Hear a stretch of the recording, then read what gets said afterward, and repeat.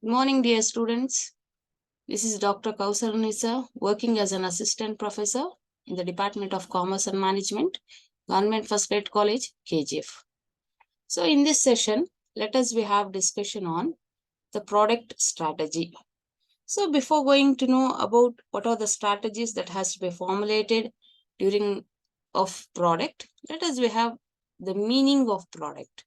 What do you mean by product? We know that product is nothing but the things, or it may be in the form of goods, or it may be in the form of service, or any ideas, or the person, or it is a place.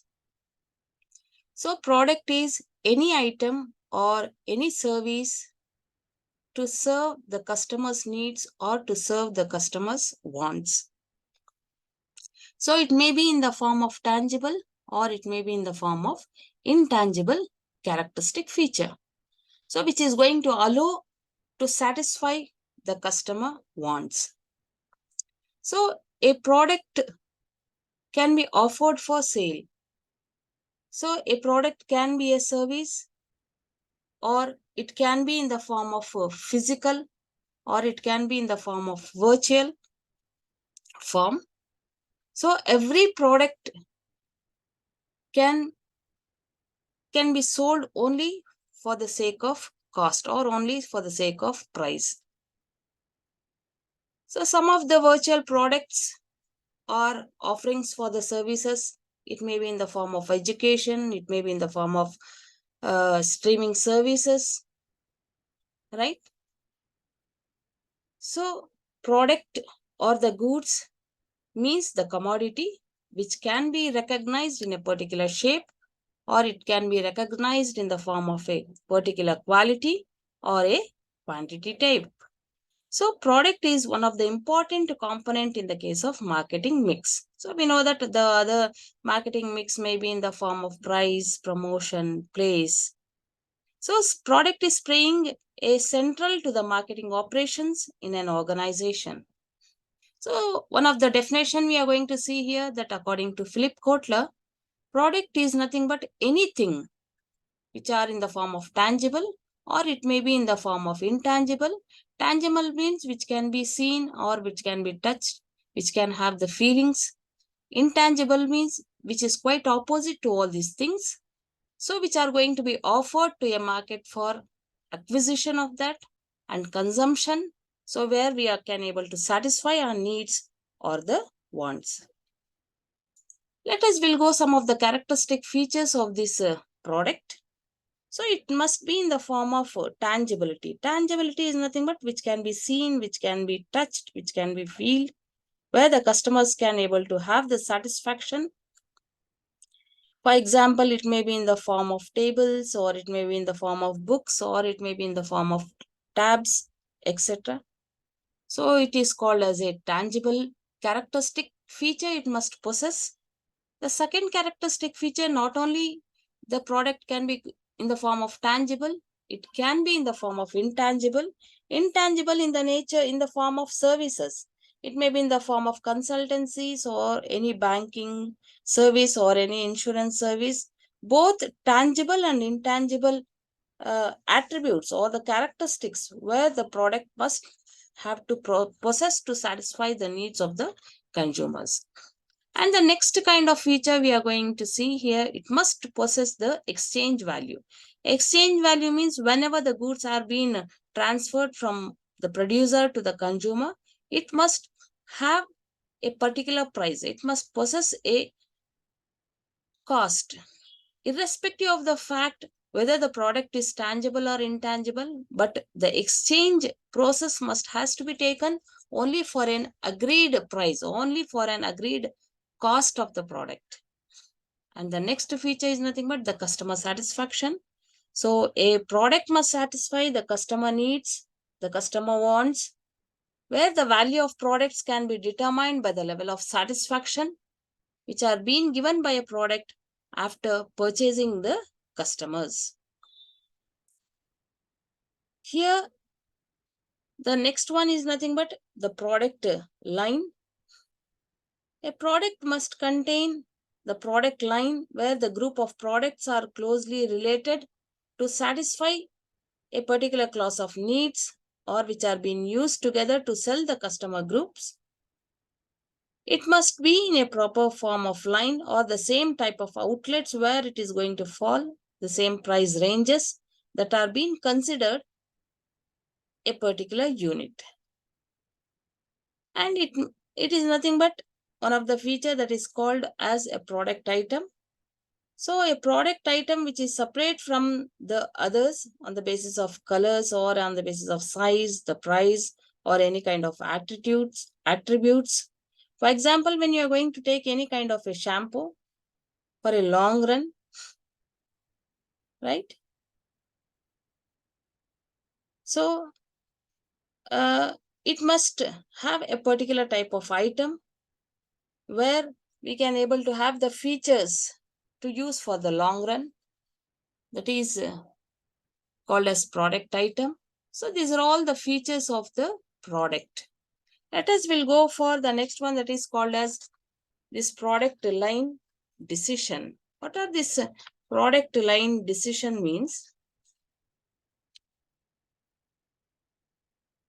We know that product line is nothing but a group of products that are closely related because they function in similar manner and are sold to the same customer groups which are marketed through the same types of outlets.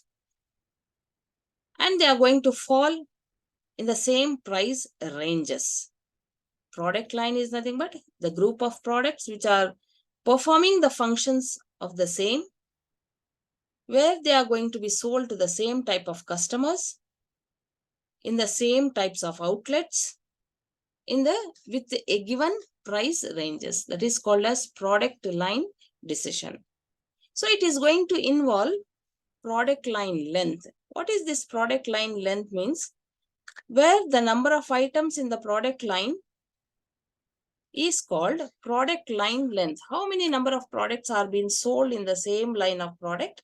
That is called as product line length, because company has to decide whether it has to, it requires a longer chain or it has to require the shorter chain of length. The decisions are going to depend upon the objective of the company, competitive environment, and also the profitability. If the chain of the company is very short, so it can able to add the new products, and it's lengthy, the company can reduce the number of products.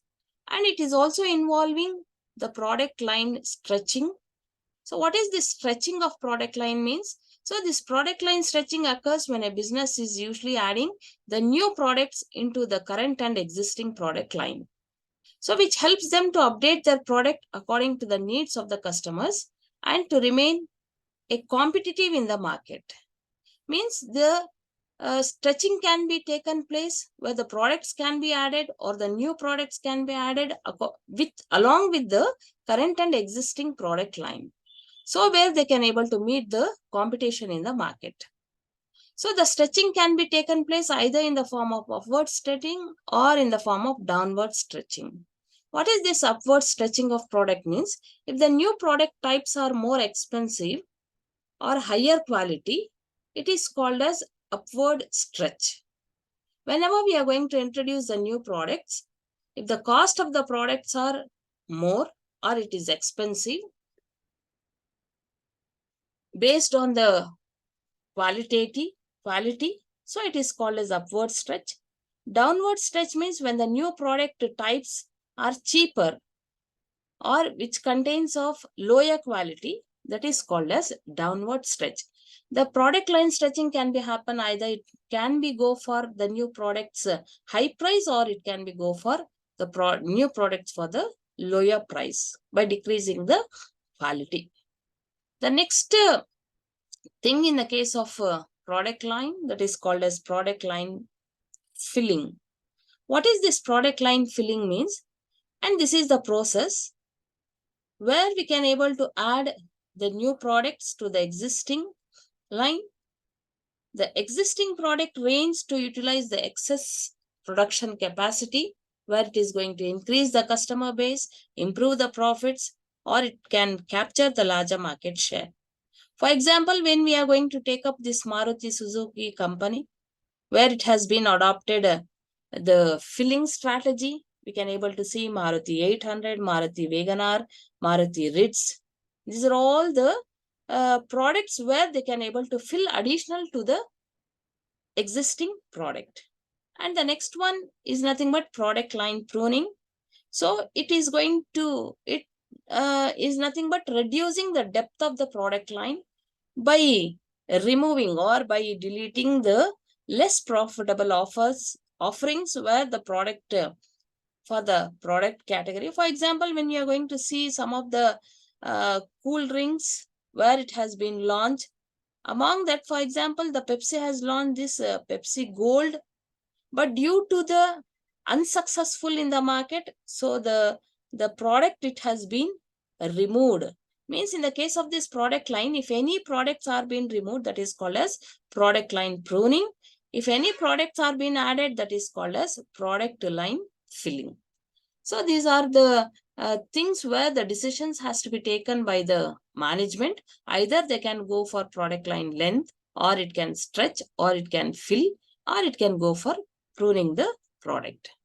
And the next discussion is relating to the classification of products. We know that product classification is a marketing and it is a commercial phase where it is going to divide the products into different categories depending on how and why the customers are buying. So the organization have to sort out the products where the consumers are purchasing. That is called as product classification. So in the case of classification of products, we can able to see the different uh, types. One is the consumer products. What are these consumer products means? These consumer products are nothing but the goods which are made for the final consumption, for the personal use of the consumer. That is called as consumer products. And the second type of products, that is called as convenience products. So convenience products are at the low cost, which are readily available items where that the consumers can purchase in the regular basis without any prior preparations or without any the research or with a having the minimum time for the comparison of purchasing effort.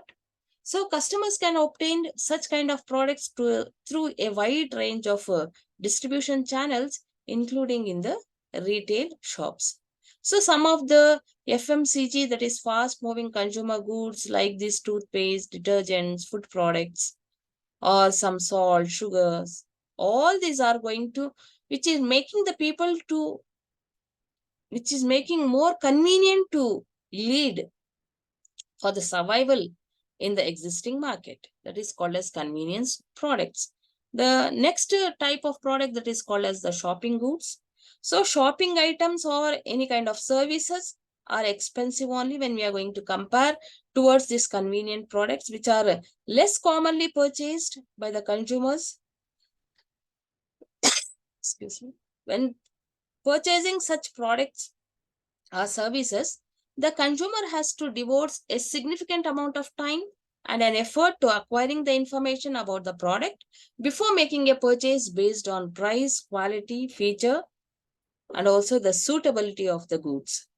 These products are only available through a few exclusive distribution outlets. They are maybe the televisions, air conditioners, automobiles, furnitures, etc. They are called as the shopping goods. And the next category, that is called as specialty goods. So we know that customers are more convinced that the product is superior to all the competing brands in the terms of features or in the terms of quality, where they are willing to pay the high price for that. The specialty products are high price branded products and services with which they are going to possess the unique features, and the customers are convinced about this product is the superior to all other competing brands in terms of features and quality, and they are willing to pay a high price for this. And the next type of product, that is called as the unsought or the mandatory goods, where the consumers are going to buy mandatory purchases. Often it is known as the unsought goods, where they do so out the necessity rather than they want. They have to purchase the items like the air filters or cleaning supplies or the batteries. So when the advertisement of these things or marketing themes can concentrate on reminding the customers of the need for them, where they can able to establish the brand familiarity, so which is going to allow to buy a specific brand without hesitation of these unsought goods. And the next type of goods, that is called as industrial goods, or it may be called as the business products. The industrial goods are basically, it is meant only for the industrial purpose. It may be in the form of materials, or it may be in the form of spare parts, or the capital items, or the supplies, right? So materials or the spare parts are some of the agricultural products, or the petroleum, the iron, ore, or the examples of these raw materials, or the produced materials, including the cement, wires, or the component parts, right? All these are all the raw materials. So where the goods are being supplied for the installation purpose, also for the capital items, also some of the fixed equipments, or the generators, or the computer systems, the elevators, the auxiliary equipments, which are being needed to the office, which are required for the organization. So these are all comes under the industrial goods. And the next kind of thing, that is called as the stages in the new product development. Before going to know the stages, let us we have what do you mean by new product development. So a product development process which helps us to test how the new product can be developed, how it is going to fit in the market. Here some of the ways, or where we can able to, why we require this new product development. So what are the reasons to launch the new product development means, because we have to meet the changes according to the consumer demands. We want to meet the competitive advantage in the existing market, and the organization has to capitalize in the form of research and development, and also it has to have its image, corporate image in the market, and it has to meet all the threats which are going to be faced in the environment. So during the time, the product development has to be taken place. The new product development has to be taken place. We know that industrial product development is nothing but the process by which the product ideas are generated, assessed, directed, and converted into products. So in case of new product development, there are 7 stages where we are going to come across. The first stage is nothing but idea generation. What is this idea generation means? Here, the industrial marketer should be very cautiously. He has to search for the new product idea, and also the sources both from the internal as well as the external. Internally, the new product ideas may come from the staff of the sales, which are very close to the customers, the research and development experts, which are there in the top management. And also from the external source, the ideas can be generated through by the distributors or through by the customers. An industrial marketer can get the good ideas by using techniques like some of the brainstorming technique, or some of the attribute listing technique, which is more important for the existing products to list in the things. So ideas are being invited from the group of employees to search for an improved product by modifying each attribute. So an industrial firm should encourage the employees to present the innovative and creative ideas to recognize, or some of the rewards if you are going to give the employees to their ideas. Definitely the employees can able to provide the best ideas for the new product development. That is the first stage. The second one is nothing but the idea screening. In order to select the product ideas which are likely to succeed, screening has to be happen. It has to be taken place. So some of the specified criteria or the procedures has to be maintained for screening the new product ideas. So major considerations in the screening of the new product idea, which includes the expected profit potential and the competitive situation. because the general adaptability of the company to the new product and the volume of the investment that would be necessary for the implementation of a new product idea. The marketing consideration has to include the size of the market and also the marketing methods. So it is also necessary to judge the technical viability of the product idea, where the considerations such as facilities has to be required, the cost of production and the availability of the materials, and also to be considered from the other several considerations. And the next is nothing but the next stage is the concept development and testing. After screening the new product idea, it should be developed into a product concept. So a detailed version of the product idea has to be expressed, and it is the usual practice to develop different versions of product concept, and each product concept has to be assessed by getting responses from the customers. And the next stage is nothing but business analysis. So in the case of the business analysis, an estimated projection of the sales, cost and profitability of the proposed new product has to be developed, because it is an elaborate analysis which can be expressed in terms of investment required for the installation of plant, equipment, investment in working capital, market potentials, forecasting the sales, customers, and also the competitive analysis,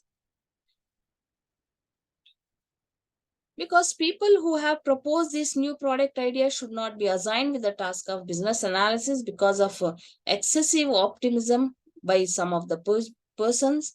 People with a reasonable fair experience and skills in strategic planning, marketing, finance, and could be given the task for the business analysis.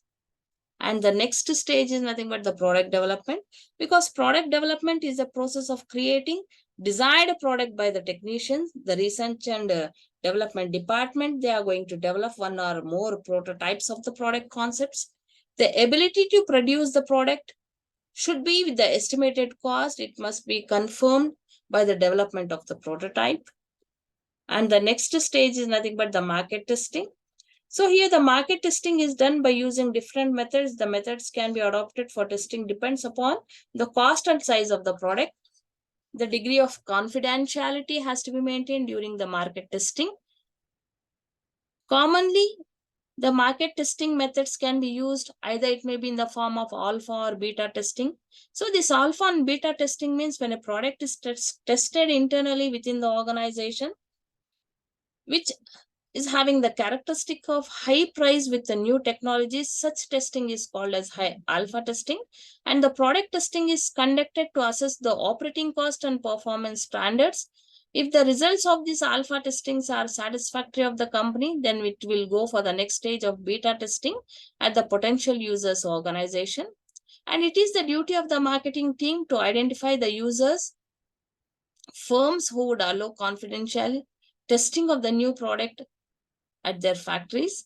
The performance of the product in the user's firm, any problems are being confronted when the product is under use, it should be checked and addressed properly with the marketing and technical team. And the next kind of testing that is called as trade shows, one of the commonly used method in the marketing testing is being introduced for the new product development in the form of trade shows, where usually large number of prospective customers is exposed to the new product. The reactions of the customers, their purchase intentions can be assessed in the trade shows. And the next is nothing but the dealer showrooms, where the distributors or dealer showrooms are being displayed. Rooms are being considered the best spot for the product testings, because if the new industrial product is sold through such kind of channels, the customer attitudes, the preferences, the sales records in this method, as this method is going to be used the normal selling situations where the company can where the company is ready to execute the orders within the reasonable time. So these are all the testing that can be done for the new product development. And the next stage, that is the last stage, that is called as commercialization. We know that an industrial product is launched when it is introduced to a target market.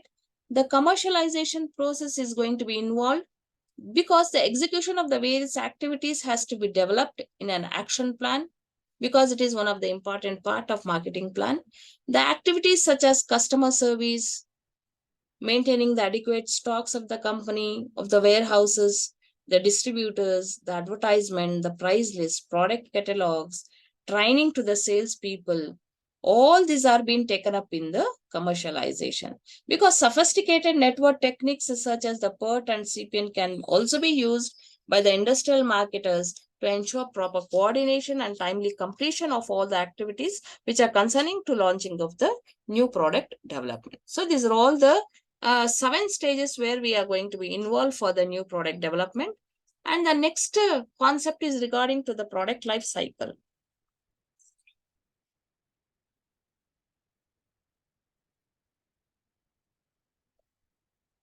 The term product life cycle refers to the length of a time where the product is introduced to the consumers into the market until it is being removed. So this concept is used by the management and by the marketing professionals as a factor for deciding what is the appropriate to increase the advertising, the reducing the prices, where they can able to expand for the new products, where they can able to take up the redesigning the packaging. This is the process of strategizing the ways to continuously support and to maintain the product, that is called as the product life cycle. So we know that there are 4 stages in the case of product life cycle. One is the introduction stage, growth stage, maturity stage, and decline stage. Let us will go one by one. First one is the introduction stage. So the introduction phase is the first time where the customers are being introduced to the new product. A company must generally include a substantial investment in advertising and marketing for the product, where they can able to focus on making the consumer aware of the product and also the benefits can be known to the consumers. So in the case of this introduction stage, there is a less competition can be seen for our products in the market.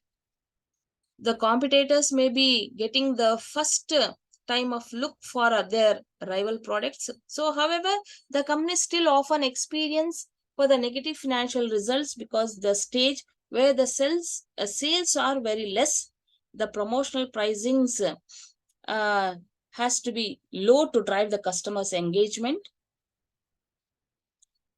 And the second stage is called as the growth stage. If the product is successful in the first, then it moves to the growth stage because growing demand, increasing in the production, expansion in its viability has to be characterized in the case of growth stage.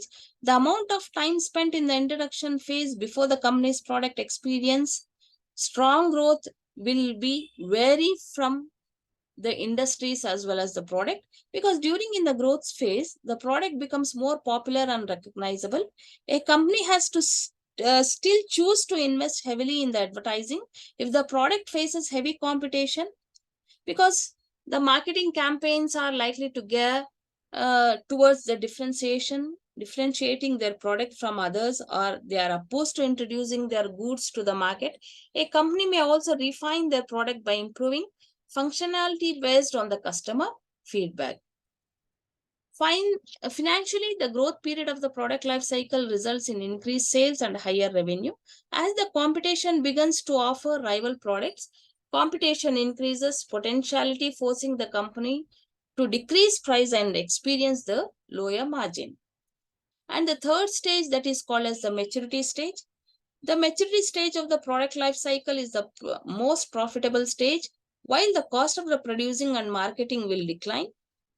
With the market saturated with the product, the competition for the higher will be there, where the profit margin are starting to shrink here. So some of the analysis in the market maturity stage has to be seen very carefully. Depending on the goods, a company may begin to decide how to innovate the product or how to introduce new ways to capture the larger market preferences. So during the maturity stage, competition is now the highest. The rival companies have had enough time to introduce competing and improved products. The competition for the customers is usually high. Sales levels has to be stabilized and the company have to strive to have their product exist in the maturity stage for as long as possible. And the last stage is nothing but the decline stage, because the product has to take an increased competition as other companies are emulating its success. The product may lose market and begins to decline, because the product sales begins to decline due to the market saturation or alternative products. And also the company has to choose not to pursue additional marketing efforts as the customers are already determined themselves towards our product. So the stage of product life cycle, it has a great impact in its way, which is marketed to the consumers, because a new product needs to be explained while the mature product needs to be differentiated from its competitors. Then what are the strategies has to be formulated in the case of these four stages means, see, in the case of this introduction stage, the organization or the company has to persuade the people, and it has to stress more towards the advertising to inform to the customers, and they have to collect the valid reasons from the customers why the products are not being sold out. The dealers should be given a good discounts in the case of introductory stage, and skimming pricing should be followed to earn higher profits in the initial stages. When we are going towards this growth stage, the strategies the company has to formulate, aggressive advertising is required to stimulate to sales of the products, and modifications or any new versions of the products are required. It has to be introduced. They have to focus to develop the brand image through promotional activities, and the competitive prices must be maintained to grab the market. And in the case of maturity stage, whatever the strategies they have to formulate means, they have to change. In the case of packaging, that can also be introduced, because packaging is one of the called as a silent salesman, where it can makes more attractive to the consumers, because more and more emphasis is required for the brand image in order to differentiate the product from the products of the competitors. So new users of the products has to be developed, and new technology has to be adopted to enhance the quality of the product, and additional features has to be added to enhance the value of the product. When we are moving towards the last stage, the strategies that the company has to follow, it has to emphasize towards the promotional schemes. It has to add more value addition to the product, and the distribution cost has to be reduced. The cost of production should also be reduced, where the economy packs of the product should also be introduced. It has to emphasize on the sales volume with minimum profit margin. So these are all the strategies where it has to inculcate during the time of product life cycle. So with this, let us will have an end towards the product strategy, because we know that product strategy is nothing but the detailed plan where the company's goals has been accessed, how it has to be achieved, where the plans are going to be taken place. And also this product strategy, it will helps us to outline how the product, how the strategy has to be adopted, where it can help to the business to grow. And this product strategy helps us to make us, gives a clear idea about where the changes has to be taken place in an exact time. And also it is giving a clear cut picture about the different maps, that is regarding to the customers or regarding to the companies or the regarding to the competitors. It must be very clear that what it is required, what we need to develop, what makes the customers to satisfy, what makes the customers to retain in the market, that has been assessed very clearly in this session. So let us we have discussion in the next session. Till that time, goodbye. Thank you.